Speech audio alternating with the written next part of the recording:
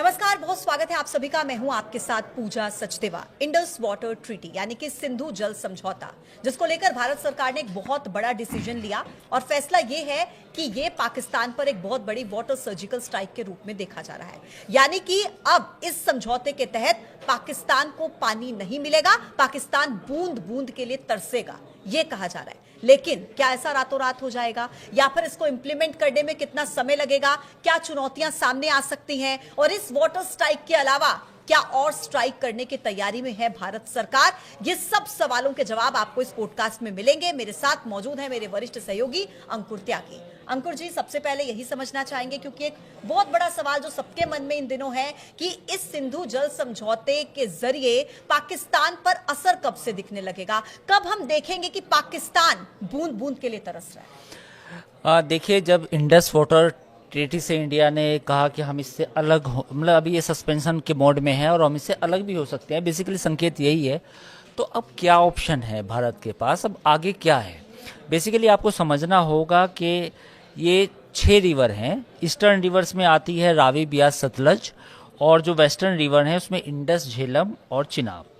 तो बेसिकली इसका 30% जो पानी है सिंधु का वो इंडिया यूज़ करता है, 70% पाकिस्तान जाता है जी। तो पाकिस्तान में सिंधु को ये माना जाता है कि पंजाब से होते हुए, सिंध होते हुए, क्रीक से होते हुए ये पूरा जो पाकिस्तान की प्यास है वो बुझाती है। खेती जो होती है पंजाब में, जो पाकिस्तानी पंजाब है, वो काफ़ी वहाँ पे इरिगेशन जितना होता है वो भी इस नदी के पानी से होता है। तो पाकिस्तान की लाइफ लाइन है ये। तो बात ये होती है कि आज़ादी के बाद 1947 के बाद पाकिस्तान ने और भारत के बीच में जो रिश्ते थे वो उतार चढ़ाव भरे थे। हाँ। तो जनरल अयूब बेसिकली वहाँ पे एक तानाशाह थे पाकिस्तान के, वो राष्ट्रपति बने थे।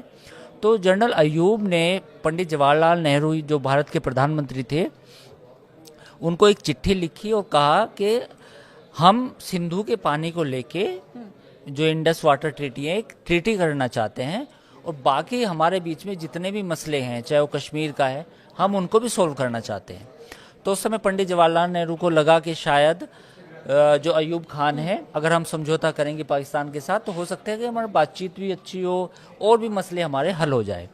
लेकिन पाकिस्तान ने 1960 में जनरल अयूब के बीच में और प्रधानमंत्री पंडित जवाहरलाल नेहरू के बीच में समझौता होता है, एक ट्रीटी होती है।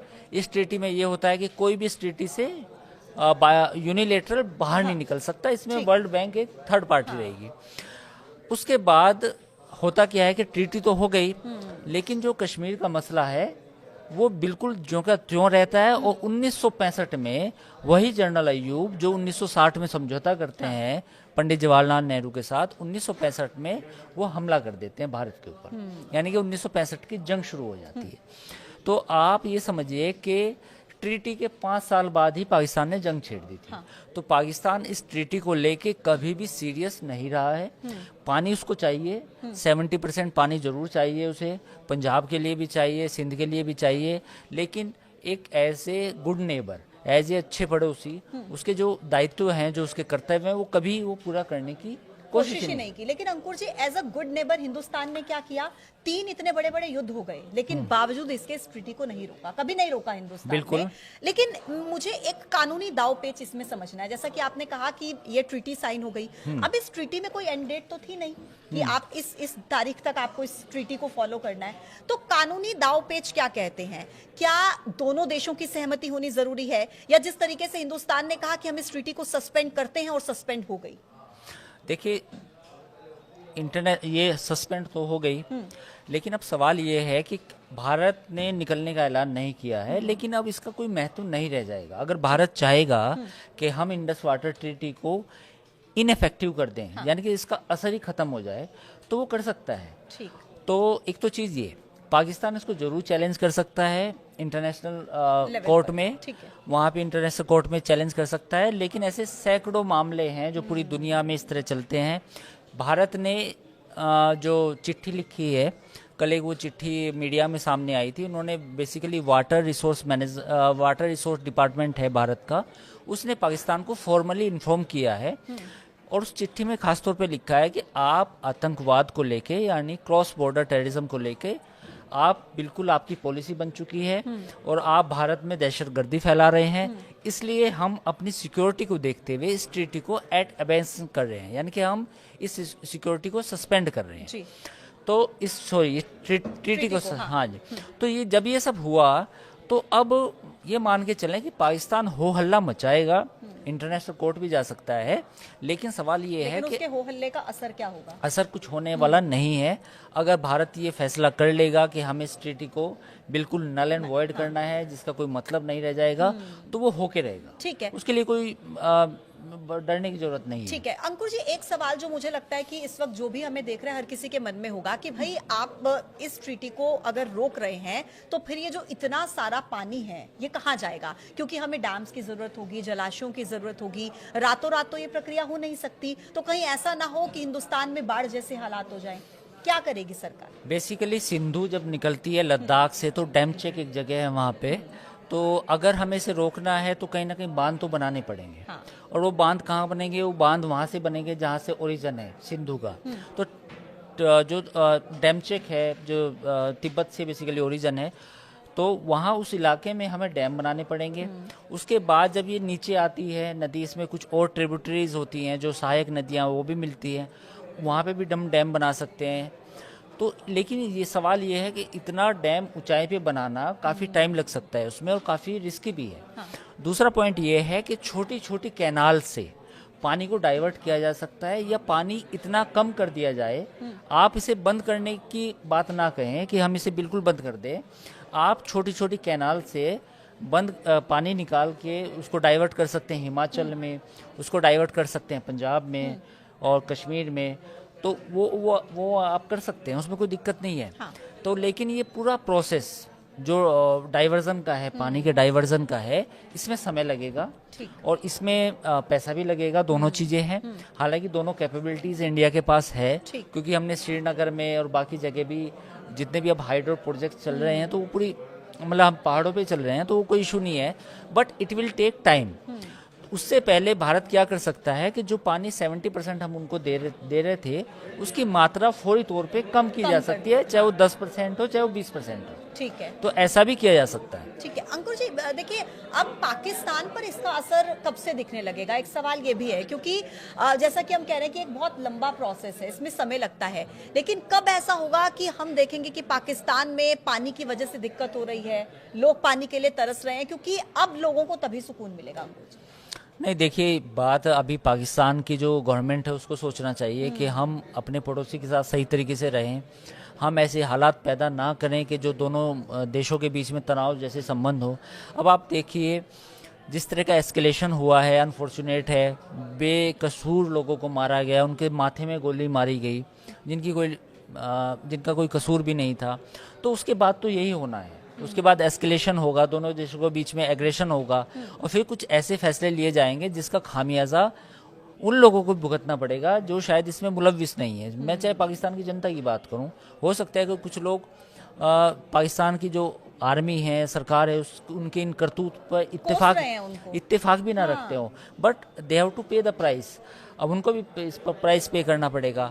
देखिए पूरा सिंधु की नदी की जो मैंने बात की, मैंने पहले भी बताया कि लाइफ लाइन माना जाता है। और पाकिस्तान ने भी कल जब अपनी प्रेस कॉन्फ्रेंस की विदेश मंत्रालय ने, तो उसने भी यही बात की कि अगर आपने पानी रोका तो हम लड़ाई कर देंगे। इवन पाकिस्तान ने धमकी दी लड़ाई की। तो इसका मतलब यही है कि अब पाकिस्तान को अगर पानी रोका जाता है तो पाकिस्तान की इकोनॉमी के लिए बड़े मुश्किल हालात पैदा होने वाले। अच्छा, पाकिस्तान ये कह रहा है कि अगर पानी रोका तो लड़ाई कर देंगे। इसके अलावा एक बयान जो मैं कल से सुन रही हूँ कि पाकिस्तान के राजनयिक रह चुके हैं, उनकी तरफ से कहा जा रहा है, मतलब वो ये बात एक्सेप्ट कर रहे हैं कि अगर पाकिस्तान हिंदुस्तान से लड़ेगा तो आपकी तैयारी क्या है, क्योंकि हिंदुस्तान की जो सेना है वो आपसे दोगुनी है, हथियार उनके पास ज्यादा। तो ऐसे में बार बार वो जो गीदड़ भपकी दी जाती है वो दी जाती है न्यूक्लियर अटैक की, हम न्यूक्लियर अटैक कर सकते हैं, यानी कि बार बार न्यूक्लियर अटैक को अंडरलाइन करते हुए वो नजर आ रहा है। बेसिकली पाकिस्तान को लगता है कि न्यूक्लियर अटैक करना बहुत आसान है और बच्चों का खेल है।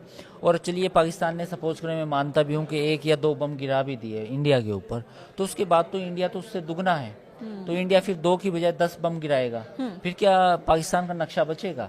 तो ये मूर्खों जैसी बातें करना कि हमारे पास एटम बम है। सवाल ये है कि ये नौबत आती क्यों है? सवाल ये है कि आप कन्वेंशनल वॉर पे भरोसा करें ना। आपको लगता है कि आपको लड़ाई ही करनी है, आप जंग चाहते हैं, आप 2 कौमी नज़रिया पेश करते हैं आपके आर्मी चीफ, तो आपको फिर समझना चाहिए कि आमने सामने वैसे लड़ लें। अभी एटम बम की धमकी देना, एटम बम के बाद में क्या होगा, बम गिरने के बाद क्या होगा, इतना दिमाग तो लगता नहीं वहाँ ठीक पर है, किसी के पास है। तो उसके बारे में तो सोचना चाहिए कि अगर वहाँ पर इतनी पॉपुलेशन पूरी साउथ एशिया में अगर इसका शिकार होंगी एटम बम का, तो कितने बुरे हालात पैदा होंगे। तो मुझे लगता है कि इनको सोचना चाहिए इन बातों को। और अब मुद्दा तो ये था कि पाकिस्तान को पहले ये हरकत नहीं करनी चाहिए थी बार बार आतंकवाद की, लेकिन अब जब चूंकि भारत ने एक पोजीशन ली है कि भाई हम अटैक कर सकते हैं, मिलिट्री ऑप्शन भी है हमारे पास, डिप्लोमेटिक जितने भी स्टेप्स हो सकते थे वो सब उठाए हैं, तो नाउ अब पाकिस्तान के एक तरह से पाले में गेंद है कि वो अपनी गलती या तो मान ले कि हाँ ठीक है, स्टेट एक्टर्स या नॉन स्टेट एक्टर जिसने भी ये काम किया है उसको भारत को सौंपे खुद। लेकिन अब सवाल ये भी है कि खुद आर्मी चीफ इसमें शामिल है, DGISI को बोला होगा आर्मी चीफ ने कि जाओ ये सब कर दो, तो बड़ी बुरे हालात। अगर कहीं का जो आर्मी चीफ है जनरल मुनीर जैसा कोई इंसान हो, तो उनसे एक्सपेक्टेशन क्या रखी जा सकती है? आप जैसा कि आप कह रहे हैं ना कि भाई ये तो मूर्खों वाली बात है जो कह रहे हैं कि न्यूक्लियर अटैक, लेकिन उनकी मूर्खता पर इतना तो मुझे लगता है आप भी भरोसा कर सकते हैं कि अगर ऐसा करने का उन्होंने सोच लिया कि भाई, तो वो इतना थोड़ा ना सोचेंगे कि आफ्टर इफेक्ट्स इसके क्या होंगे। नहीं, बेसिकली यही प्रॉब्लम है पूरी दुनिया के सामने। अब लोगों को लगता है कि इजराइल ईरान को क्यों नहीं परमाणु बम बनाने दे रहा, अमेरिका ईरान को क्यों नहीं परमाणु बम बनाने दे रहा, क्योंकि जब आप ये सोच लेते हैं कि मुझे तबाही करनी है, अपनी भी करनी है, दूसरे की भी करनी है, तो जब ये मेंटेलिटी होती है तो फिर सवाल उठते हैं। पाकिस्तान को मुझे लगता है कि ये सोचना चाहिए कि ऐसे नौबत क्यों आए। आपने पुलवामा किया, आपने उससे पहले उरी किया, उससे पहले अब ये पहलगाम हुआ, तो ये 3 बड़े बड़े इंसिडेंट हुए और आपको मालूम था कि इंडिया की अब पॉलिसी ये है कि अगर कोई इस तरह की टेररिस्ट अटैक होगा तो इंडिया विल रेस्पोंड। तो आपको सोचना चाहिए था कि इसके आफ्टर इफेक्ट्स क्या होंगे। तो मैं बहुत सारे इस तरह जो आपने देखा, मैंने भी ट्विटर पे एक्स पे बहुत सारे बयान देखे हैं फौजी जर्नल्स के, जो जर्नल हैं वहाँ के पाकिस्तान के, वो ऐसी लंबी लंबी छोटी छोटी बातें कर रहे हैं कि ये हो जाएगा, वो हो जाएगा, हम पाकिस्तान फर्स्ट यूज़ कर दे तो न्यूक्लियर अटैक का तो क्या होगा। भाई आप करेंगे तो बाकी क्या, हम क्या, मतलब क्या करेंगे हम, इंडिया भी तो करेगा, तो फिर क्या होगा? पूरी तबाही जो मचेगी उसका जिम्मेदार कौन होगा? ये अभी हिंदुस्तान को वो समझ रहे हैं कि अगर वो कुछ भी कर देंगे तो हिंदुस्तान चुप करके बैठा रहेगा, लेकिन ऐसा होने वाला है नहीं, क्योंकि जिस तरीके से हिंदुस्तान में मीटिंग्स का दौर चल रहा है लगातार, बड़े बड़े अफसरों के साथ और आर्मी चीफ्स के साथ जिस तरीके से मीटिंग्स चल रही है भारत सरकार की, क्या लग रहा है आपको कि थल, जल और वायु, ये तीनों तरीके से क्या हिंदुस्तान इस वक्त उस पोजीशन में है कि स्ट्राइक कर दे, या क्या स्ट्रैटेजी आपको लगता है कि हिंदुस्तान की तरफ से इस वक्त उठाई जा सकती है, अपनाई जा सकती है? देखिए, मिलिट्री ऑप्शन तो है, मैं इससे इनकार नहीं कर सकता। मिलिट्री ऑप्शन होगा, कब होगा मुझे नहीं मालूम, बट मे भी जैसा मेरा अंदाजा है 10 से 12 दिन में हो सकता है। दूसरी चीज़ ये है कि इस बार नेवी का भी यूज़ किया जा रहा है, क्योंकि पाकिस्तान पे दबाव बनाने के लिए INS विक्रांत जो है वो अरेबियन सी में की तरफ हैं, जैसे खबरें आ रही हैं। दूसरी बात यह है कि आज मैंने एक्स पे कुछ वीडियो भी देखे, पाकिस्तान की तरफ से भी आ रहा है कि पाकिस्तान अपनी आर्मी का जो मूवमेंट है वो बॉर्डर की तरफ कर रहा है, वेस्टर्न बॉर्डर की तरफ। हालांकि पाकिस्तान के लिए दिक्कत है, इस बार दिक्कत ये है कि जो ईस्टर्न बॉर्डर है वहाँ पे उसको बलूचिस्तान में BLA, TTP, तो ये जो ऑर्गेनाइजेशन है और तालिबान, इन तीनों से जूझना पड़ रहा है। और जो वेस्टर्न बॉर्डर है, वेस्टर्न बॉर्डर में उसको फिर अब इंडियन आर्मी से जूझना पड़ेगा। तो पाकिस्तान के लिए जो बार बार न्यूक्लियर की धमकी दे रहे हैं, उस धमकी का पीछे की कहानी यही है कि पाकिस्तान की आर्मी दोनों साइड से फंसी है। एक साइड से बलूचिस्तान लिबरेशन आर्मी है, TLP है, और दूसरी तरफ इंडियन आर्मी है। तो नाउ पाकिस्तान को ये डिसाइड करना पड़ेगा कि मुझे कितनी फौज ईस्टर्न बॉर्डर पे लगानी है, कितनी फौज वेस्टर्न बॉर्डर पे लगानी है, और इसी बीच में अब उसको समझ में नहीं आ रहा कि करना क्या है। तो फिर वो लास्ट ऑप्शन जो बचता है कि मैं न्यूक्लियर बम चला दूंगा। हाँ, तो वो यही बार बार इसी बात का जिक्र कर देते हैं कि न्यूक्लियर बम चला देंगे। अच्छा, हिंदुस्तान की तरफ से वो टारगेट एरियाज क्या हो सकते हैं पाकिस्तान? देखिए, ये तो सरकार को पता होगा, मुझे भी नहीं पता नहीं, होगा, लेकिन एक जनरल डिस्कशन अगर हाँ, हम एक करें जनरल तो? डिस्कशन जो चल रहा है आमतौर कि शायद इस बार पीओके में और कुछ, मुझे भी इस बात का आशंका है, मैंने कल एक वीडियो में बोला था कि शायद बहावलपुर में जो जैश ए मोहम्मद का हेडक्वार्टर है, ये मेरा अपना जम्पशन है, क्योंकि जो वो तो सरकारी डिसाइड करेगी, तो वहाँ अटैक हो सकते हैं। लेकिन अच्छा, एक सवाल जो अमूमन लोग भी ऐसे ही बात करते करते पूछ लेते हैं कि जिस भी बेस कैंप पर अटैक करने का की कोशिश की जाएगी या टारगेट किया जाएगा, अब ऐसा तो है नहीं कि वहां पर छुप के बैठे होंगे, तो उनको भी तो इधर उधर करने की पूरी कोशिश वहां की जो लोग हैं वो भी कर रहे होंगे, वहां की सेना भी कर रही होगी, वहां की सरकार भी कर रही होगी। तो ये टाइमिंग और जो इंटेलिजेंस है वो बहुत मैटर रखती है इसमें। बिल्कुल, देखिए, इसमें टाइमिंग का भी महत्व है, सरकार के डिसीजन मेकिंग का भी महत्व है, उसको करना क्या है। हम आप रोज डिस्कस कर सकते हैं कि कहाँ होगा, यहाँ होगा, वहाँ होगा, पर इट डजंट मैटर, इसका कोई मतलब नहीं है। हाँ। सवाल ये है कि जब गवर्नमेंट को, इंटेलिजेंस को ये लगेगा कि यहाँ पर इस पर्टिकुलर पोजीशन में इतने लोग टेररिस्ट हैं, इतने लोग बैठे हैं, इतने लोग यहाँ रोज रहते हैं, हाँ। और ये वही लोग हैं जिन्होंने बार बार टेररिस्ट एक्टिविटीज में पार्टिसिपेट करते हैं, वो आते हैं, तो then they will choose a target, then they will attack on. लेकिन होगा जरूर, ऐसा लग रहा है। बिल्कुल, ये तो इमिनेंट है, मतलब ये तो ऑब्वियसली होगा। ये 10 से 12 दिन लग सकते हैं, या ज़्यादा ज़्यादा 2 हफ्ते। अच्छा अंकुर जी, एक आखिरी सवाल जो मैं करना चाहूंगी शिमला समझौते को लेकर, जिस बारे में हमने कल भी डिस्कस किया था, इसके बारे में मैं कुछ ऐसे तस्वीरें और वीडियोस देख रही थी जिसमें पाकिस्तान के लोग खुद ही ये कह रहे हैं कि शिमला समझौता को रद्द करके ये तो पाकिस्तान ने अपने ही पैर पर कुल्हाड़ी मार दी। हाँ, इसका वैसे कोई मतलब नहीं रह गया था। शिमला समझौते का मैं क्या था, बेसिकली ये था कि आपकी जो पोजीशंस हैं वो हैं, हमारी पोजीशन ये रहेगी, हम कोई भी इश्यूज को, बायलैटरल इश्यूज को आपस में मिल के डिस्कस करेंगे, कोई थर्ड पार्टी नहीं होगी। प्लस जो एलओसी है, एलओसी को हम एलओसी मानेंगे, लाइन ऑफ कंट्रोल, आप आगे नहीं बढ़ेंगे और हम भी आपके साइड में नहीं आएंगे। तो ये सब हुआ था। कुछ मैप्स भी एक्सचेंज हुए थे, जो उधर के गुजरात के थे, कच्छ के थे, कि ये इलाका हमारा है, ये आपका है, ये ऐसे ऐसे करके हुआ। तो अब लेकिन उसका कोई महत्व नहीं रह गया। शिमला समझौते के बाद आपने करगिल किया, करगिल में लड़ाई हुई, उसके बाद और भी बहुत मसले हैं, मुंबई में आपने अटैक किया, आपने कहाँ माना, आपने कहाँ डिस्कस, आपने डिस्कस नहीं किया कुछ कि हाँ हमारे कुछ इश्यूज हैं। कश्मीर आप कहते हैं, कश्मीर के अलावा बहुत मुद्दे थे, कश्मीर भी डिस्कस कर सकते थे, इंक्लूडिंग भारत हमेशा यही कहता था कि पहले आप बाकी मुद्दे सोल्व कीजिए, हम कश्मीर भी डिस्कस कर लेंगे 1 by 1 अगर आपको लगता है तो।